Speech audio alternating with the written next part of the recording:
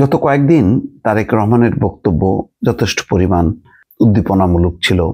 সবাইকে ঐক্যবদ্ধ করা, যাতে ফ্যাসিবাদ ফিরে না আসতে পারে এবং বাংলাদেশকে নতুনভাবে গড়তে হবে। এই কথাগুলো বলতে বলতে আজকে সবগুলো অনলাইনে দেখলাম বা পত্রিকায় দেখলাম, বিভিন্ন টেলিভিশনের স্ক্রলে যে বক্তব্যটা প্রধান হিসেবে আসছে, তাতে বলা হচ্ছে যে দেশ যাতে গণতান্ত্রিক অবস্থায় ফিরে আসতে না পারে সেই জন্য ষড়যন্ত্র চলছে। এই কথাটা কেন বলছেন? গণতান্ত্রিক অবস্থায় ফিরে আসতে না পারে সেই জন্য ষড়যন্ত্র চলছে, কারা করছে? আমার প্রশ্ন, কারা করছে? এটা কি দেশের ভেতরে কেউ নাকি বাইরে থেকে? বাইরে থেকে স্বাভাবিকভাবে এটা তো অবিরাম তারা চেষ্টা করবে। তারা কলকাতায় অফিস পর্যন্ত খুলে বসছে, তো সেগুলো আছে, সেগুলো কখনো ষড়যন্ত্র বাইরে থেকে এসে ক্ষতি করতে পারে না। ভেতর থেকে দেখেন, এই যে ইরানের যে এতগুলো পরমাণু বিজ্ঞানী মারা গেল, সেনা কমান্ডার মারা গেল, সেটা হচ্ছে ভেতরে ভেতরে মোসাদ গুপ্তচরকে ঢুকাই দিয়ে তাদের সমস্ত নারী নক্ষত্র সমস্ত কিছু যখন তাদের হাতে নিয়ে আসলো, তখনই কিন্তু তারা সফল হইলো, তাদের ষড়যন্ত্রটা সফল হইলো বা সেই ধ্বংসযজ্ঞটা চালাতে পারলো। তারেক রহমানের এই কথা অনুযায়ী যদি আমি এটার সাথে মিলাই, তাহলে এই ষড়যন্ত্র সম্ভবত দেশের ভিতর থেকে হচ্ছে। কারা করছে, কেন করছে, এটা কিন্তু পরিষ্কার বোঝা গেল না। আমি অন্তত বুঝতে পারিনি।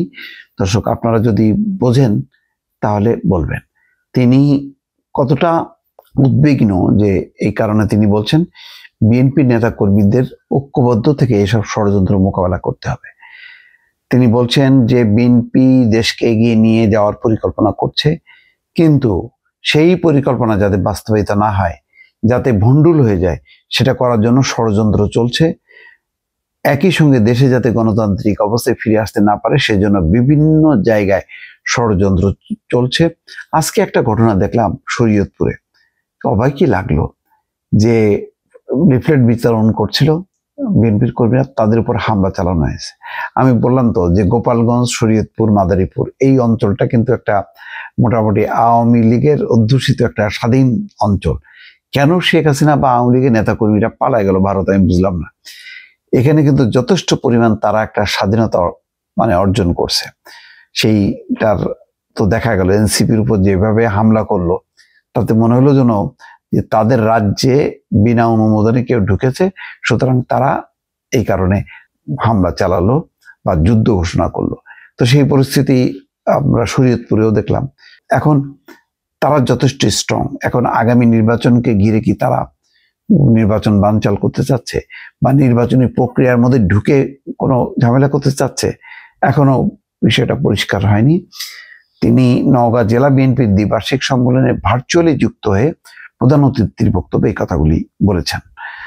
গণঅভ্যুত্থানের মাধ্যমে স্বৈরাচারের পতনের পর এখন দ্বিতীয় পর্ব শুরু হয়েছে উল্লেখ করে বলছেন যে স্বৈরাচারের পতনের পর একটি অধ্যায় শেষ হয়েছে, এখন শুরু হয়েছে দ্বিতীয় পর্ব। জনগণের রাজনৈতিক অধিকার প্রতিষ্ঠা করা হচ্ছে দ্বিতীয় পর্ব। আর জনগণের রাজনৈতিক অধিকার প্রতিষ্ঠার প্রথম পদক্ষেপ হচ্ছে নির্বাচন। অন্তর্বর্তী সরকার ইতিমধ্যে নির্বাচনের সম্ভাব্য দিনক্ষণ ঘোষণা করেছে। আজকে দেখলাম ডক্টর মোহাম্মদ ইউনূসের বক্তব্য যে তার হচ্ছে এখন সফল একটা নির্বাচন করাটাই হচ্ছে এই সরকারের সবচেয়ে বড় চ্যালেঞ্জ। আসলে এই সময়টা আরো 6 মাস পেছনের দরকার ছিল। অনেক লেট হয়ে যাওয়াতে অনেক অপশক্তি ইতিমধ্যে মাথা চাড়া দিয়েছে সরকারের শুধুমাত্র দুর্বলতার কারণে। তারা যখন দেখলো যে সরকার দুর্বল, সরকার প্রশাসনিকভাবে, পুলিশ বলি, সবকিছু দিক দিয়ে আইন শৃঙ্খলা পরিস্থিতি যখন অবনতি করতে থাকলো, তখনই কিন্তু আস্তে আস্তে তারা নতুন স্বপ্ন দেখতে থাকলো।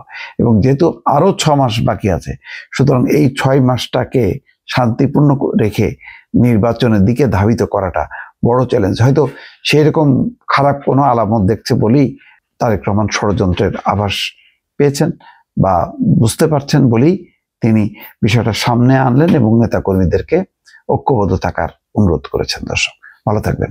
আল্লাহ হাফেজ।